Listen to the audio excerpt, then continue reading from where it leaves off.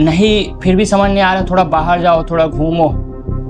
फिर उसके बाद से एक जगह माइंड शांत करके सोचो कि आप क्या कर सकते हो, उस चीज़ में आगे बढ़ने के लिए क्या क्या रिक्वायरमेंट है, वो सारे एनालिसिस करो।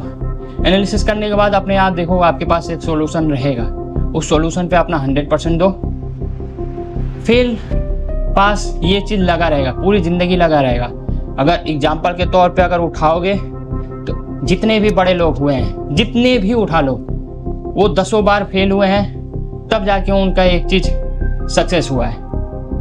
सबसे बड़ा एग्जाम्पल के तौर पे ये एडिसन, जिन्होंने बल्ब का आविष्कार किया, 10,000 टाइम्स वो फेल हुए, उसके बाद से उनका एक चीज़ सफल हुए। तो चीज़ें ईजिली नहीं मिल पाती हैं, उसके लिए आपको बहुत ही ज़्यादा मेहनत करना पड़ता है, कई बार फेल होना पड़ता है, तब जाके हो सकता है कि आपको मिल गए। हाँ, कंपैरिजन तो कभी मत करो।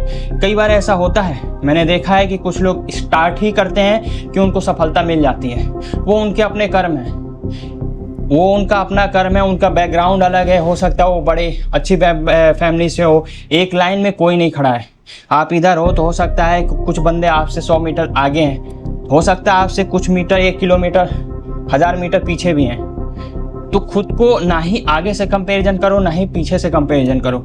आप जहाँ पे हो, अगर स्टक हो, आपको कुछ समझ नहीं आ रहा है, आप सीधा, आजकल सोशल मीडिया है, गूगल है, हर चीज़ अवेलेबल है, आप सर्च मारो, रिसर्च करो। नहीं समझ में आ रहा है, अपने पेरेंट्स से बात करो, अपने भाई से बात करो, आप ये करना चाह रहे हो, क्या नहीं करना चाह रहे हो, कुछ ना कुछ आपको रिजल्ट सोल्यूशन मिलेगा ही जरूर है। आप बस मेहनत करते जाओ, कुछ मत सोचो कौन क्या कह रहा है। ये भी है कि आप किसी चीज़ को जब स्टार्ट करते हो तो 50 लोग बैठे रहते हैं जो आपको क्रिटिसाइज़ करेंगे, क्योंकि ऑब्वियस ही बात है, जब आप किसी चीज़ में आगे बढ़ते हो तो आपको आपके प्रशंसक और आलोचक दोनों ही होते हैं। आलोचकों को पीछे छोड़ो, जितने भी प्रशंसक हैं उनके चीज़ों को पकड़ो, उनके चीज़ों को आपके दिमाग में रखो, देन आगे बढ़ते जाओ। कई बार मैं देखता हूँ कि लोग 1000 अच्छी चीज़ें बोले रहते हैं, लेकिन उस चीज़ को कंसिडर नहीं करते हैं। लेकिन अगर उसमें अगर 2 लोग बेकार चीज़ बोले रहते हैं तो उस 2 बेकार चीज़ों को पकड़ के और लेके बैठ के लोग रोते रहते हैं कि यार मैंने इतना बढ़िया किया है, फिर भी ये चीज़ कमी आ गई। अरे कमी आपकी नहीं है, कमी उनकी है जो वो आलोचक बन के वहाँ पे बैठे हैं और आपको बस आपका पैर खींच रहे हैं ताकि आप आगे ना बढ़ पाओ। तो इसमें कमी आपकी नहीं है, तो स्ट्रेस और कुछ भी सोचने का नहीं। उनको ये समझो, ये समझ के चलो कि उनके बस की नहीं है, इसलिए वो आपको क्रिटिसाइज़ कर रहे हैं। तो ऐसा कुछ नहीं सोचना है, अपने को बस मेहनत करना है, मेहनत करके आगे बढ़ना है।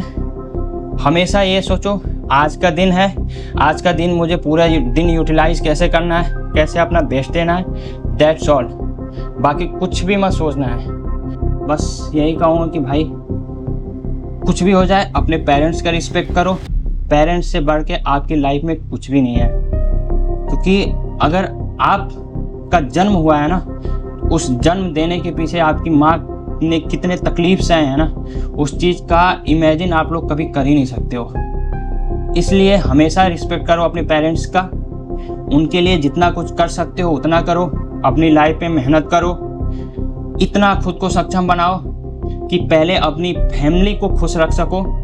फैमिली को खुश रखने के बाद भी अगर आपके अंदर इतनी कैपेबिलिटी है, कुछ अचीव कर पा रहे हो, आस पड़ोस या फिर जो आपके जानने वाले हैं जिनको लगता है कि मदद की ज़रूरत है, उनकी मदद करो, क्योंकि जीवन का यही पर्पज़ है। भगवान ने यही इसी चीज़ के लिए आपको भेजे हैं कि आप वहाँ पे जाओ, अपनी ज़िंदगी जियो, भगवान में भी अपना मन लगाओ। क्योंकि भगवान, आजकल देखता हूँ बच्चों को, यार मानते तो हैं भगवान को, बट केवल बातों में ही मानते हैं, कभी ना पूजा करना होता है, ना ही कभी उनकी तरफ अपना शीश झुकाना होता है।